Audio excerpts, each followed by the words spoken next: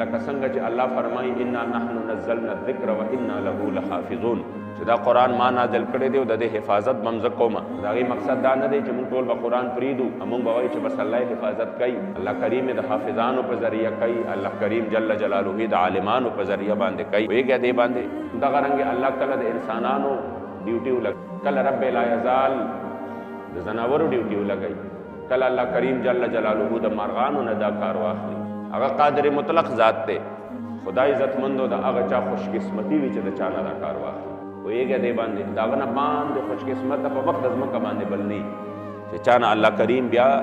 د خپل حبیب علیه السلام د عزت او د ناموس محافظ جوړ او دا ډیوټي والا ورکي. لکه تاریخ کې راځي د مصر نه کله سلطان نور الدین زنګي رحمت الله تعالی علیه حضور راوغوښته، خوب کې ورته حضور راغی، ورته دوه شکلونه وښول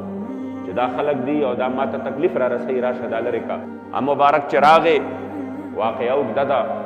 او دا دواړه ګیر کړل دا یهودیانو او دوی د حضور علیه السلام روضې مبارکې طرف ته سورنګ شروع کړی و چې دا ګیر کړل او بیا په ډېر بد مرګ باندې مړه کړل. بیا تاریخ لیکي نورالدین زنګي رحمت الله تعالی علیه 3 ورځې مدینې منورې په لارو کوڅو کې خپې ابلخپې او سرتور سر او سر ګریوان ګرځېدلی دی، د سترګو مبارکونه به اوښکې روانې وې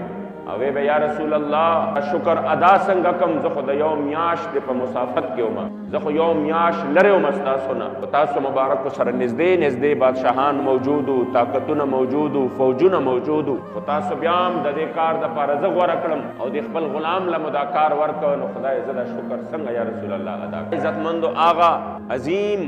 کار دی چې الله یې د چا نه واخلي، دا خو الله پاک وعده ده